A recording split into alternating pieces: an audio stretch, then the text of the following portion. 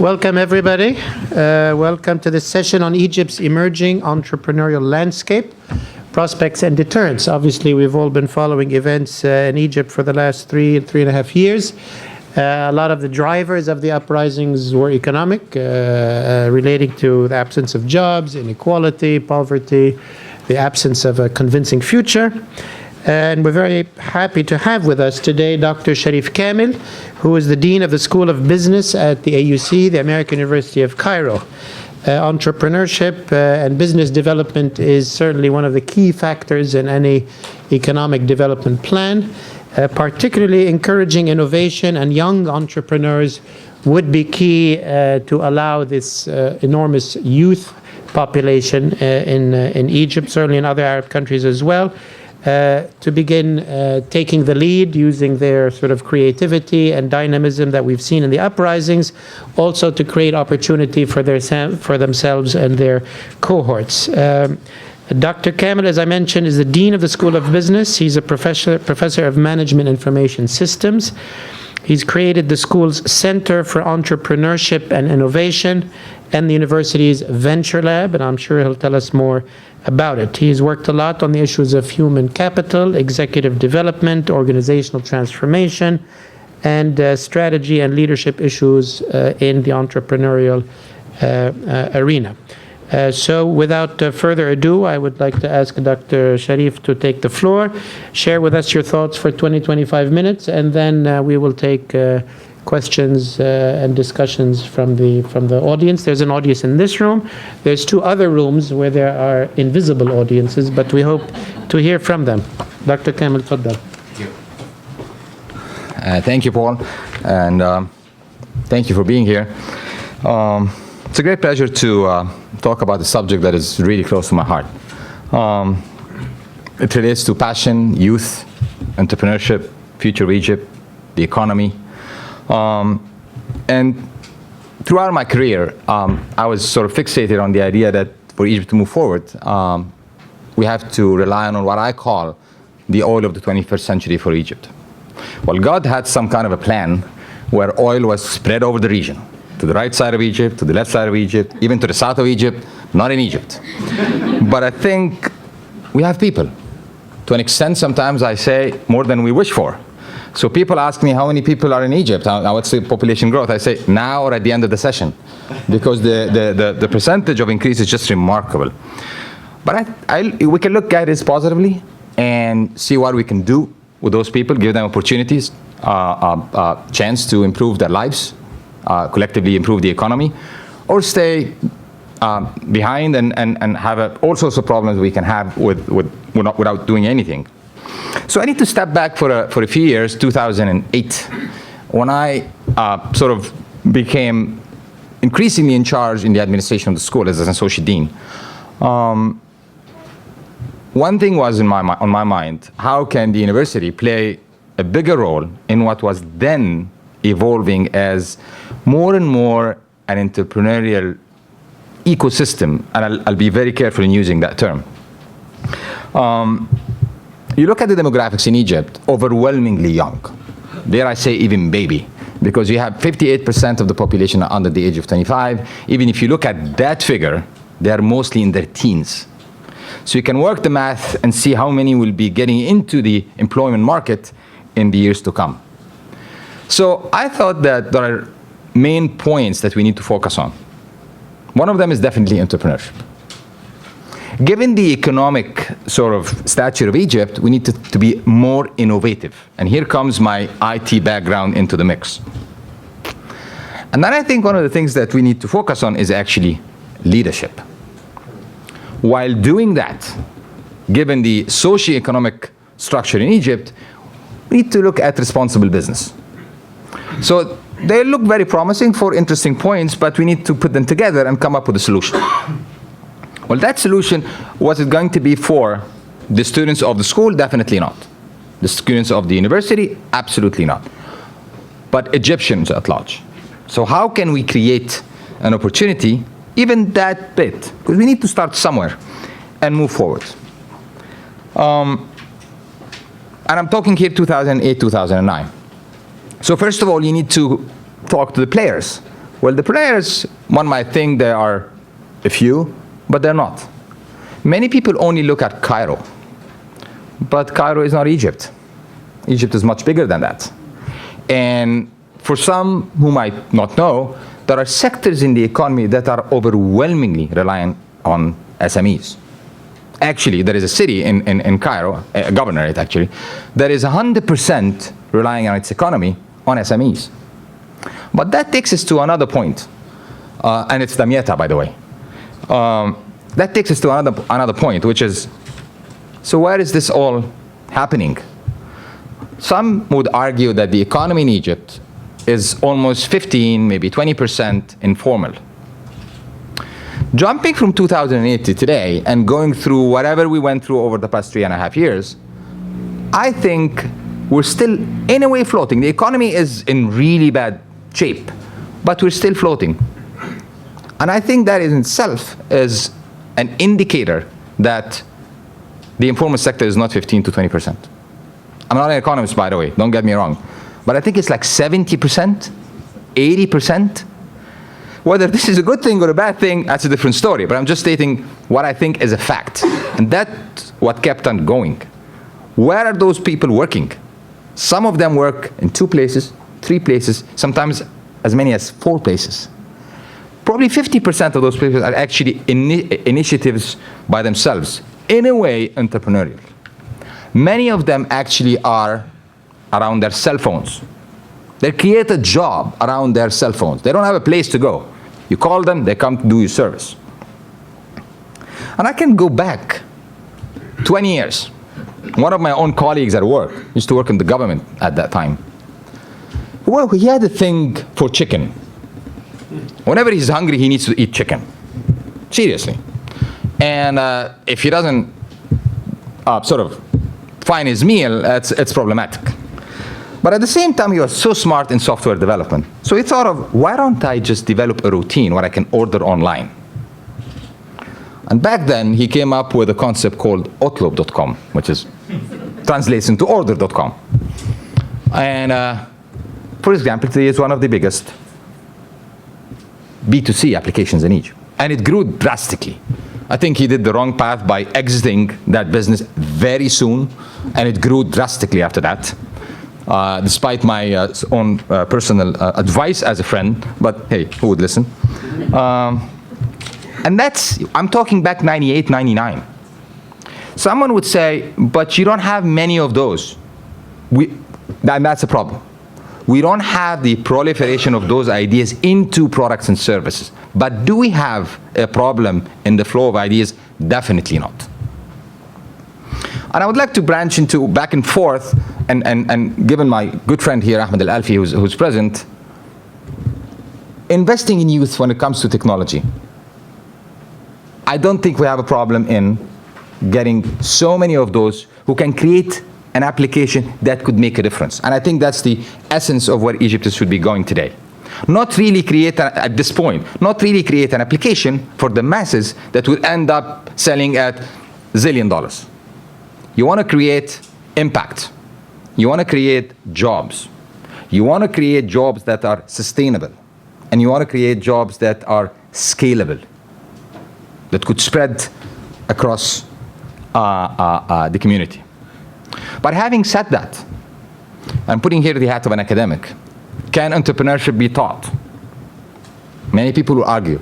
Some would say, of course it can. Some would say, no, it's gifted. In my own point of view, one of the main architects of a certain period in Egypt is modern history. Couldn't even write his name. And I think he was one of the most influential entrepreneurial sort of gurus in Egypt's last couple of 100 years, Muhammad Ali. He couldn't even write his own name. So there is a mixture here. Do you get to learn things as you do them? Of course. Do you need to have some basic? Absolutely. But you don't really create, you don't need to attend the course. You need to have the landscape, the different stakeholders aligned together to be able to move on. And that includes financial institutions, regulations, investors, ideas, mentorship, and so on and so forth. And that's where we have a problem. If you look at the education cycle in Egypt, it is not by design, encouraging entrepreneurship. By design, because of the classical way curricula are developed. Some might argue it is gradually changing. In my own point of view, they are, but not as fast as they should be, given that we are in the 21st century. And that actually translates into the fact when people say, oh, unemployment in Egypt is skyrocketing. Now I think the official record is, I think, 13.6 or 13.2. And again, I'm not an economist, but I don't look at that as an unemployment sort of ratio. I look at it as an underemployment ratio. Because I don't think they're out of a job because companies are downsizing or because the economy is not in good shape. But you talk to graduates and they look for a job. You talk to the employers and they look for graduates. So what is the problem here? Is the gap between what the market wants, what companies want, and the readiness of the graduates to have the qualifications to work on those jobs. So just a bit of a footnote here. What do we need? We need to give chances for as many entrepreneurs as possible, because that will create more and more jobs that will eventually affect the economy. It's no brainer. But is it happening? Yes, in some circles. Again, I'm repeating myself here. Many people are actually fixated on the capital. And again, as I said, Egypt is not just Cairo. Bit controversial, being an IT guy, I don't think that all the focus should be on IT, because there's so many dysfunctional sectors that could be very much helped with ideas that could make a difference. Let it be agribusiness, for example. I mean, hey, the Nile, that's an unbelievable resource. And food is a good thing to have, plenty of it. Do we have people who can come up with solutions, basic, that could transform even their own little communities and then scale it up? Absolutely, yes. As you can see, the title of the talk was Egypt's Emerging Entrepreneurial Landscape, Prospects and Deterrents. Let's talk a bit on deterrents and move back and forth. The financial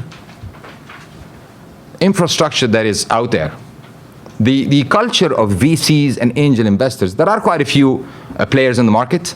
I don't want to forget anybody, but there is the scheme of Flat Six, there is idea developers, there is the growing group of Cairo angels, but we're 90 million.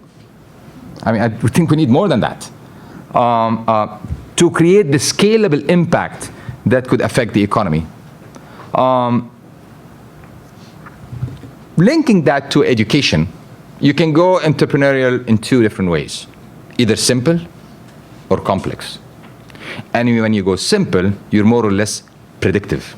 But when you go complex, you go more or less uncertain. What do I mean by this?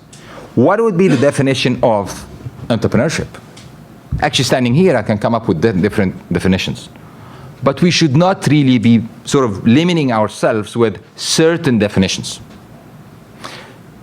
And I think there are so many opportunities and sectors out there that need some help.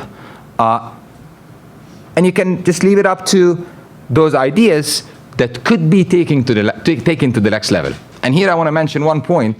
As the entrepreneurial landscape grows in Egypt, having an idea is not being an entrepreneur.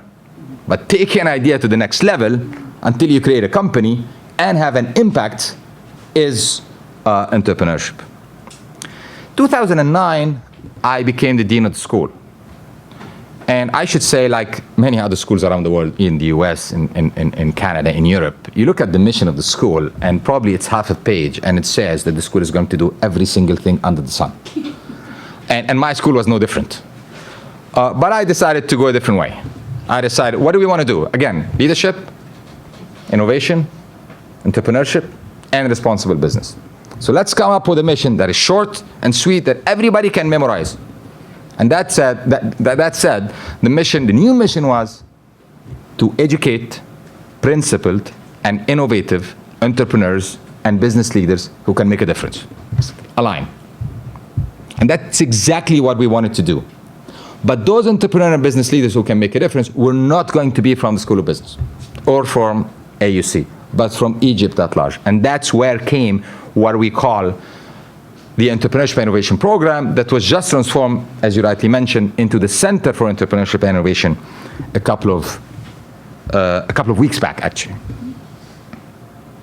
How could we do that?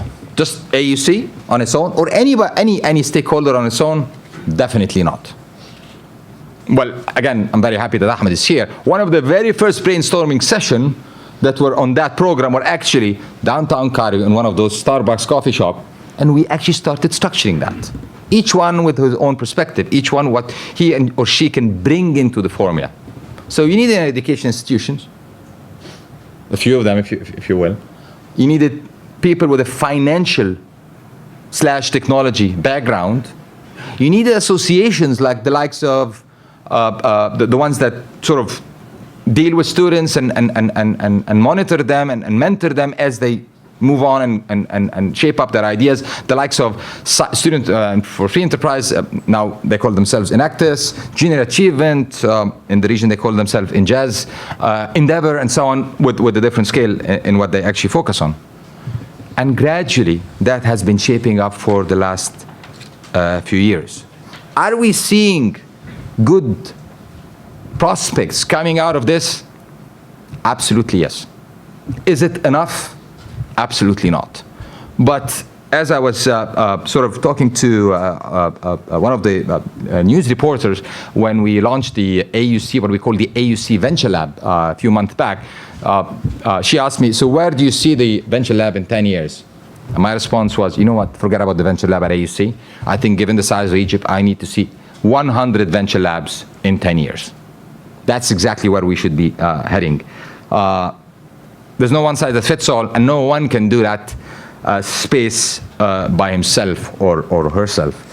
I want to also mention from an education perspective, being entrepreneurial is different than being an entrepreneur.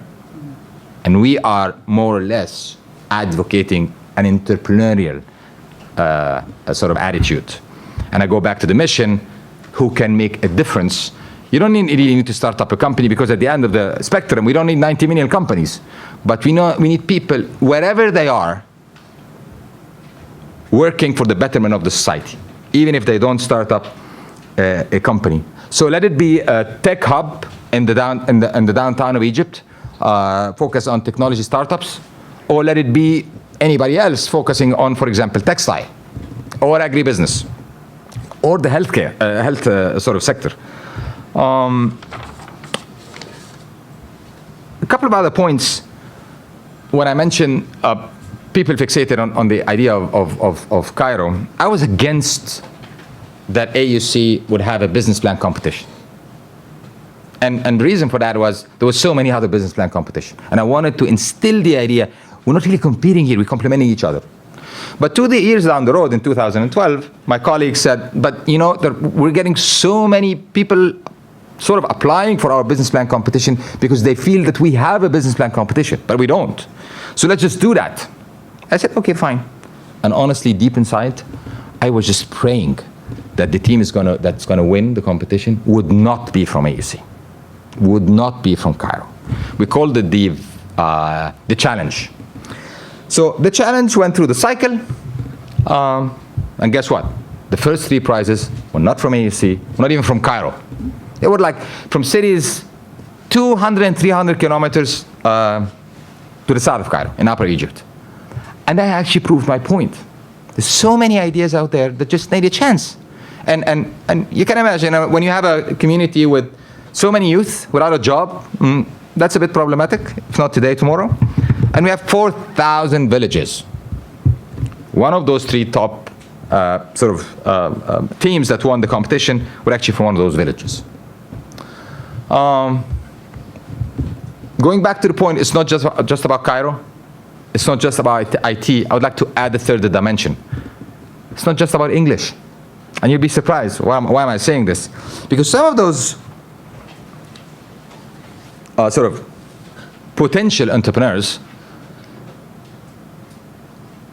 not just initially, they are shy away from really standing there, presenting themselves and so on. They think they need to present their idea in English.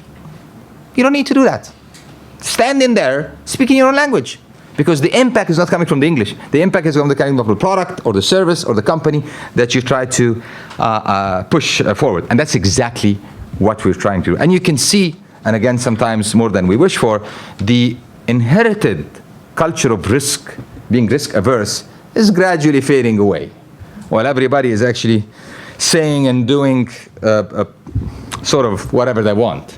And we try to control that within, hopefully, acceptable sort of scales. So just to conclude, where do we see that going? The formula for me is extremely simple. 7.1 million people working for the government. And if you multiply those sort of people by average a family of 3, sometimes 4, that adds up to close to what? 30 million, which is 1/3 of the population relying on government salaries. That doesn't help. The good thing is that as we move forward, increasingly, youth do not want to work for the government. They don't even have the sense that, why don't I work somewhere, get a couple of years of experience under my belt, and then start a business? No. From being totally risk averse, they want to jump in, take all the risks in the world, even if they're going to spend all their money and move forward. Just to give you a few stats. I'm not really a fan of numbers, but just to give you a scale. When we started that program in February 2010, we opened it up for usually seniors, high school, university students, and fresh grads, let's say 3 to 5 years. Through our system, 7,000 people got trained. They come at their own expense, they come over the weekend, they stay with the faculty, with other entrepreneurs who succeeded and failed. And on that point, one of the things that will move the space of entrepreneurs forward is accepting the notion of failure, which is a big issue.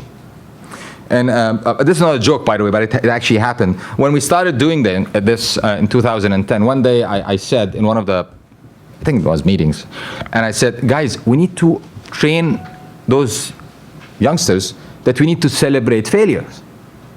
So someone went up and said, who's that crazy guy who's the dean of the School of Business who wants people to fail and then go and party? I didn't say that. I was just trying to explain that we need to learn from our mistakes. But that creates more opportunities in a culture that doesn't want really to invest in anything unless you're absolutely sure that you're going to succeed and succeed tomorrow. Well, things doesn't work that way. But I think that is gradually changing. So 7,000 people were trained from as many as 11 governorates. Extremely proud with the efforts of many people that, in a way, that's why I said I want to be careful in saying that there is some kind of an ecosystem that was created where people work together, exchange mentors, exchange ideas, because hey, the market is huge, and there is room for everybody. I'm very proud and honored to be a partner of my friend here, Ahmed's company, where they actually spot the promising entrepreneurs in the area of IT, and we provide them with some training how to shape up their business plans and so on and so forth. But also, as the AUC School of Business, since 2007, we've been the regional partner with Goldman Sachs and the Wharton School in the 10,000 women entrepreneurs and leadership program. And in that perspective, we've trained so far, I think, in the neighborhood of 350 entrepreneurs. So I think the prospects are huge. I'm definitely not hopeful. I'm extremely optimistic. It's very energizing to work with you. It keeps you young. I never liked the word uprising. They have all the sort of political, it's painted all in politics. But I think Egypt is very much in need for a massive entrepreneurial uprising. Thank you.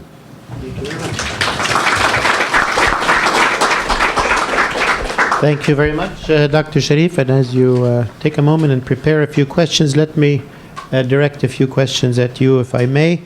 Do you have sort of more statistics or information about the course of these entrepreneurial initiatives since you started and since the research and work has begun? And give a sense of sort of how many have actually moved on to occupy significant space in the economy. Give us a sense of the scale of this.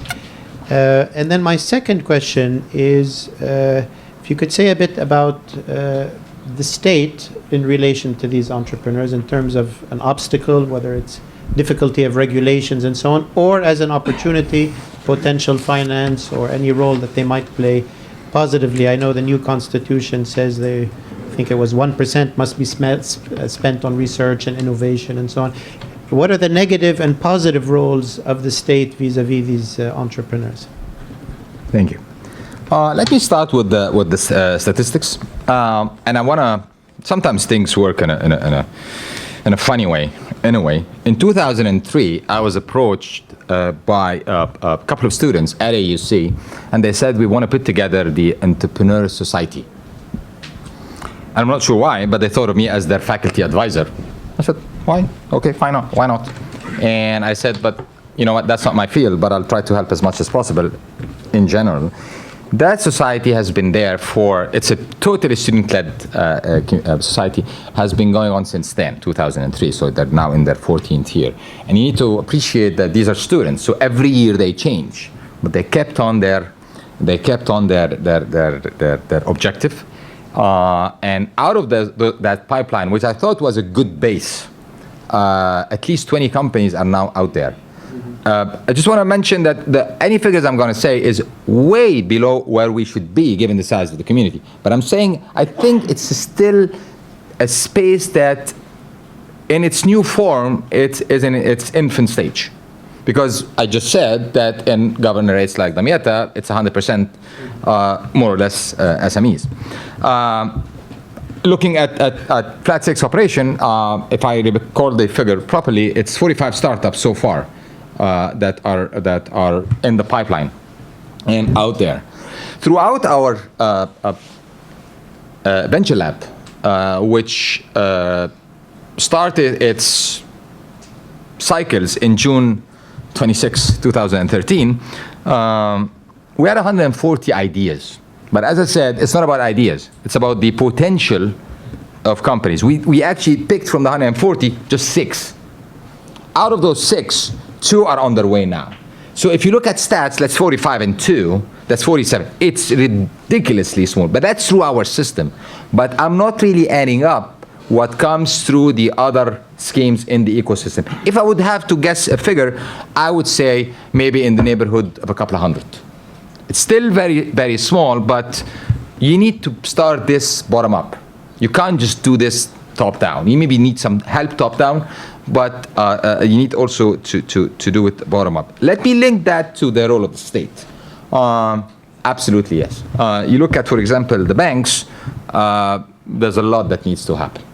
Well, actually, whether private banks or state-owned banks. But that, again, relates to the culture of taking risks. You cannot actually promote entrepreneurship unless it's by design, you take risks. So one day you're going to fail, one day you're going to succeed. And overwhelmingly, I'm not sure I know any entrepreneur who just started from the start, succeeded from the start and went all the way succeeding. So failure is part of the development, part of the development process. But it's not just the financial arms that needs to exist and the instruments that can help grow that space, but also the regulations. I hear from the new constitution, but having it in the constitution is one thing, and actually implementing it on the ground is a different thing. That there are so many promises and so on and so forth. I was just reading in the newspaper yesterday, and I think this is extremely promising development, but that's not in Egypt. In one of the regional countries, the government took the decision that 10% of the government procurement projects will be allocated to SMEs to get them going. And I think that's a very, very smart move. I hope we can see that back in Egypt. Okay. Let's take questions from the audience here, or if those who can hear us but not see us, they can send their questions to us. Any questions from the audience here? Yes, gentleman there. Let me give you mine. Doctor, thank you so much. I have a quick question about, you'd mentioned that you want to see more jobs that are sustainable and are scalable. Now, I was hoping you could please provide us with an example of a kind of startup that's generated those kinds of jobs. What is it, and what do they do? Okay. For example, one of the spaces that has been growing drastically over the last few years is in the food and beverage industry. Well, people sometimes stop many things they do if in a bad economic sort of period, but they don't stop eating. And that's a business that grows drastically. Did we have, through our system, ideas for, out of the box food outlets and so on? Yeah, absolutely, yes. So when I said we need to scale it up, because each and every of those companies tops how many jobs they create, like 50, 40, 60, 70, even 100. That's why I said we need to scale that up in multiple figures, so that to create an impact. Having said that, I think, going back to my earlier point, if you start bottom up and in clusters, the impact, people will get encouraged. People can see the end product. People can see the impact that could be on the community. And when we reach that, I think we will reach what I'm sort of calling the entrepreneurial uprising. I think there was a question there. Yeah, the lady right there, microphone. I had a question about the Hold on, we do need the microphone just for recording. Thank you. I had a question about the regulatory environment. Mm-hmm. What are specific reforms that would be helpful in the context of Egypt to create a more sort of enabling ecosystem, and particularly on the risk-averse kind of combating? I think sometimes it's also the regulatory issues as well, and bankruptcy law reform to kind of So if you could speak a little bit more to that. Sure. So I would add, or as important as the regulatory environment, what I just said, when you need to educate people. And what I mean by people is everybody, every stakeholder, not just the potential entrepreneurs, but also those who support the entrepreneurs. In a very simple form, make it easy for them. Not really get them through a whole cycle. They need to worry about their idea. They need to worry about how to scale up their idea. They need to worry about how to convince an investor to give them money. You need to see where this idea will, or company that, for that matter, will be in a year or 2 or 5. They don't need to worry most of the time of getting that idea into reality.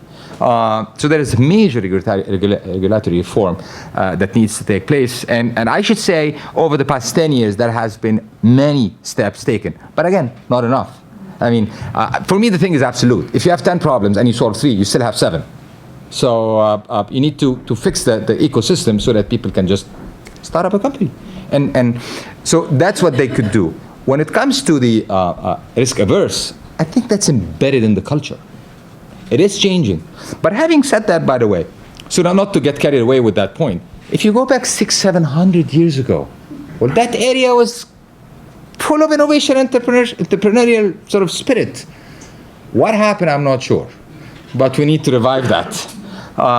And everybody has a role. And private sector, by the way, as well.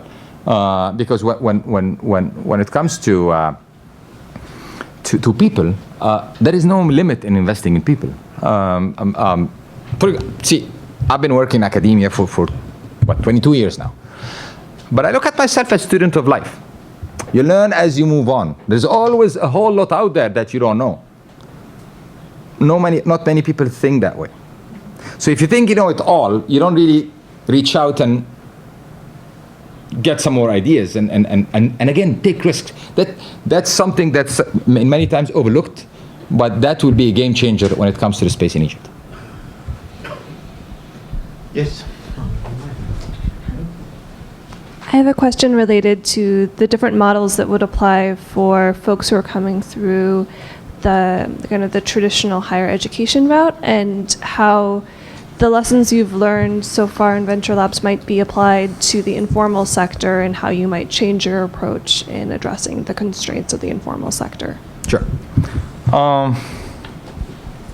So again, working in higher education, I don't think everybody should have a university degree, which is something, again, that is creating so many problems. So what happened to vocational training? There's so much room for experts out there. that are actually not out there because people are fixated on the idea that they need to have a university degree. Then they move on, and it will be very easy for them to get a job, which is also not the case. But that's a kind of preparation that we need to prepare people, by the way, not from higher education, because by the time you reach higher education, you're already almost set. You need to start that bottom up, school level. Again, going back to my earlier point, the curricula and how it's set, and we go back here to the regulations in a way, are very much classical. There's no fusion knowledge. I'll give you an example. You learn history, totally alienated from the economy, where economic history is extremely important as you move forward. So what happened in the past, what went right, what went wrong, and so on and so forth. And there's so many other examples that we can mention. But when we reach to the business model that I'm going to put together for people who are coming out through the higher educational sort of path, is totally different than those who are actually out of high technical schools and so on, and the space actually is different. Now you create jobs that are in different sectors, as opposed to flooding the market with so many graduates of the same schools that are competing for minimum number of jobs, or even have the space to create startups in specific sectors. So diversity comes to the mix here, which we don't have. There is, again, which tells you that being in that stage, there is a lot of work that needs to happen. But if investors flood in money like no tomorrow in the market, it would not be good enough. If the education sector fix the content, it will not be good enough. If the government sector fix the regulations, it will not be good enough. Everybody should play its own role. Having said that, the signs of what happened over the last 5 to 6 years, for me, is extremely optimistic. Because what I look at, I always like to look at the positives. These guys managed to, regardless of those issues, find their way through and come up with the goods. But we need not 200, we need 2,000. And we will reach that number and more if we fix the different part of the, whatever, 10,000 piece jigsaw puzzle.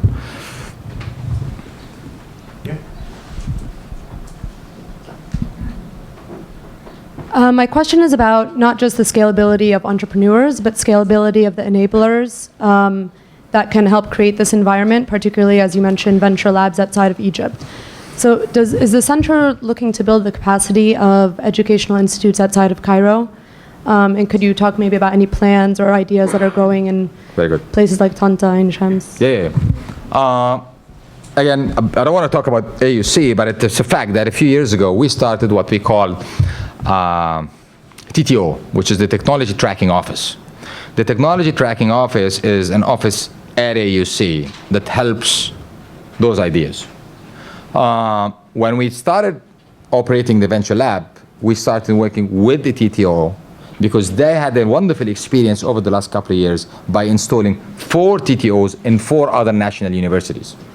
So we are building on those ties by, after we get some experience under our belt with our own venture lab, to help those universities establish their own venture lab. Because I'm sure you know the stats, but AUC all in all is 6,500 students. Cairo University, I think it's like 200,000. So our impact will be like tiny. But there, the impact will be huge. Well, they need to have a platform. They need to have someone to talk to. So it's very much in our interest to migrate our experience and share it with as many universities as possible. We're starting off with the universities that have already established their technology transfer offices. I've been working with the institution for 4 years. When you mentioned the point of we need also to avail the enablers. I will differ with so many people. There's not a problem of cash. Even now. I mean, you will find investors investing money if they find a good prospect. Even now.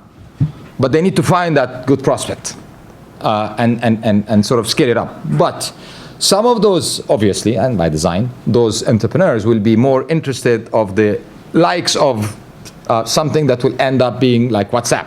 But that's not my interest. Because you create value but you don't create jobs, or not as many jobs as I want. So here there is a sort of a trade-off effect, whether we want to go that way or that way. But for the interest of Egypt at this time and age, I think creating more jobs at the grassroots level is actually key. Just to give you a bit of stats again, there are 19 million people in the school system in Egypt. That's probably quite a few countries in Africa that would add up to 19 million.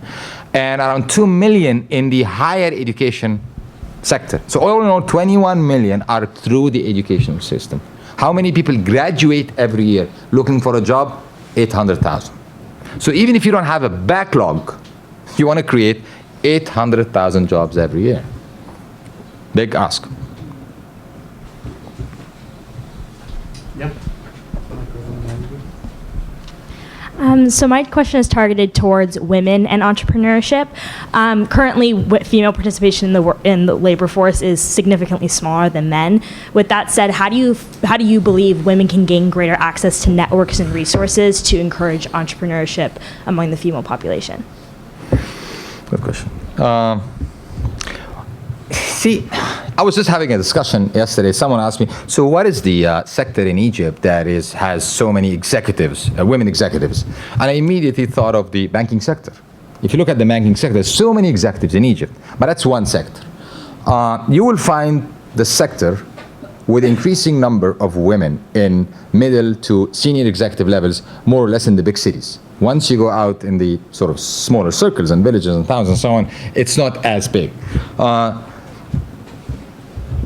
The opportunities, I think, are out there, but one of the things that has been improving over the last maybe 20 years is if you go down to the villages, the level of illiteracy, it goes up. So that's actually doesn't create so many opportunities for them. Having said that, again, I want to go back to my earlier comment when I said, in my view, the most influential entrepreneur in the history of modern history of Egypt couldn't even write his name. So that creates jobs, again, when I said in the agricultural space. So there's no one size that fits all. Some would fit in that domain. Ideally, we want everybody to get a proper education system, because I believe that over the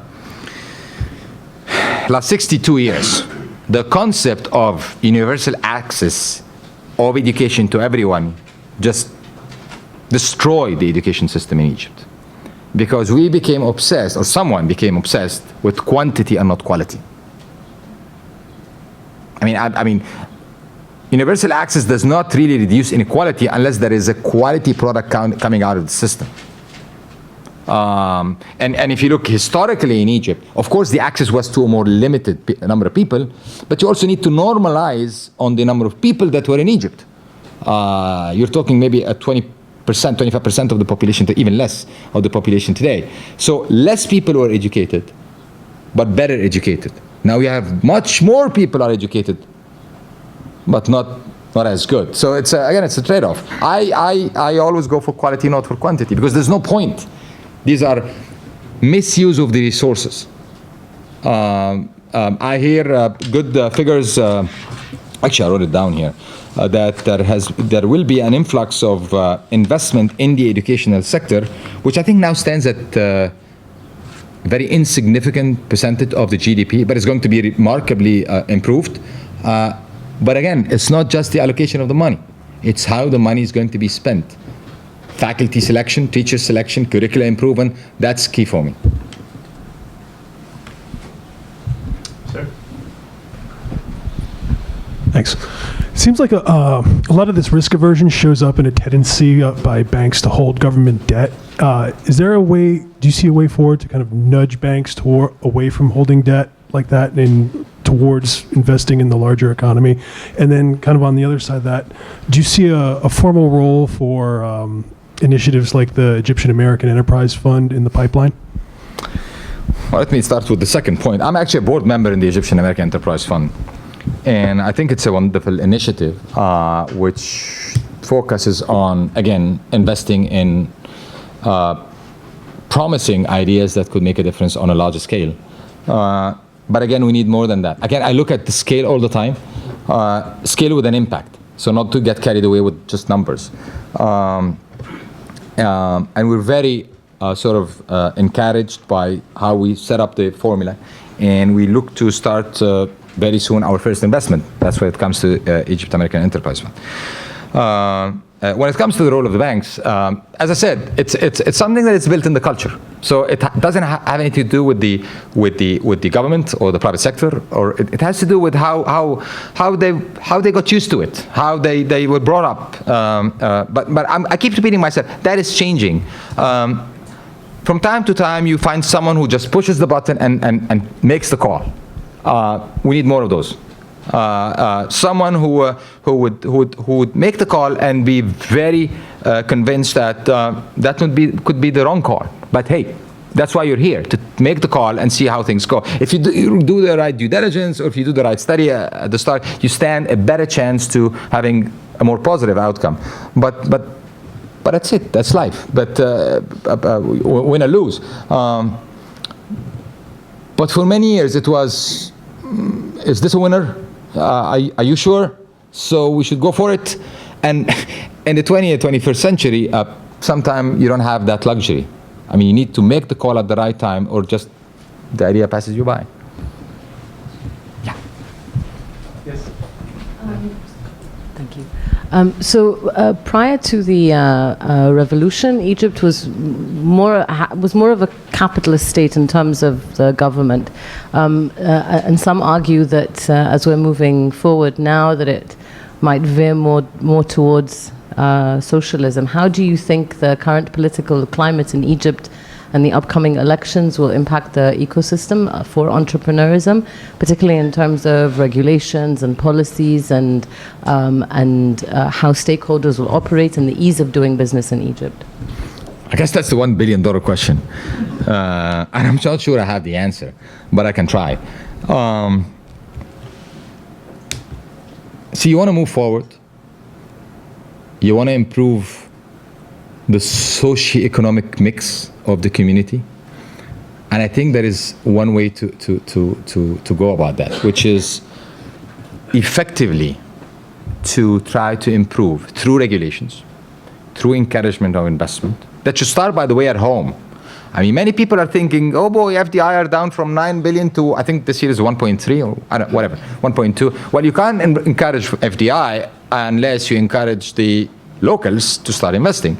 I mean, that's natural.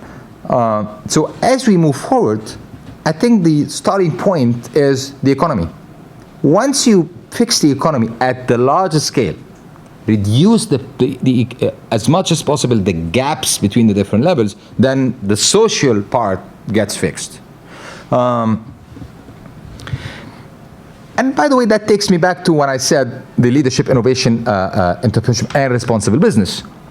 Responsible business, what I meant by that is when we keep trying to train entrepreneurs and business leaders and corporates to improve their balance sheets and make more revenues and so on, we also tell them, listen, your job is to provide scholarships, train more people, giving access to more interns, help us create more jobs at different levels for people who do not have the skills required to go all the way up. But they also have a role to play at that level. That's what I think Egypt should be going. Try to create that balance. Of course, it's not easy, but if we have as a clear objective, and I underline what I'm going to say now, with very well managed expectations. Let's just not dream that we're going to fix the world in 2 years. Some people say that. If we have that with a very concrete plan, I think we can have a go. And I'm extremely optimistic. We have to see. Well, let me I want to add a question to that about sort of the macro picture and link it to these entrepreneurs. Egypt certainly is in a time of change, unpredictable transition and so on. And we're talking about economic entrepreneurship. There's also obviously a great need, in a sense, for political entrepreneurship to take advantage of new opportunities. What I fear on the economic side is effectively a return of the old, crony capitalist rentier type system, that once they're back in place, they might be able to snuff out this new way of doing business, this new system. My question is practically these emerging young entrepreneurs who are obviously also probably engaged politically and so on, to what degree have they been able to crystallize at least the economic side of what they want to get, what they want to change in regulations and in legislation and so on? Are they organizing as small entrepreneurial business groups? Are they making an impact? Are they visible? Is their voice heard? Do they have a coherent set of things that they would require a future government to implement? Or are they just busy in their different businesses? Because without the political change, it will come back to bite them on the economic side. I think it's a very good question. And I think what's happening is a bit of a mix of both. So there are those associations that some of them were there, but not really active, became active. But there are also others who sort of were established recently. But again, and I keep repeating myself, that ecosystem is still in its infancy stage. They are grouping themselves, sharing ideas with others, with the proliferation of governments one after the other. So sometimes it's a bit of a challenge. I mean, you talk to someone and a couple of months is not there. But we hope that sort of stability is going to at least be in place in the coming weeks and months. But one of the things I'm critical of is that people tend to be more fixated on coming up with the negatives without sharing solutions that they have, which is very easy to do. So you pinpoint on what's wrong without coming up with solutions. I think it's in the best interest of everybody to sit together and come up with scenarios of solution and share it with the business community and share it with the government. Is that happening at the government side now?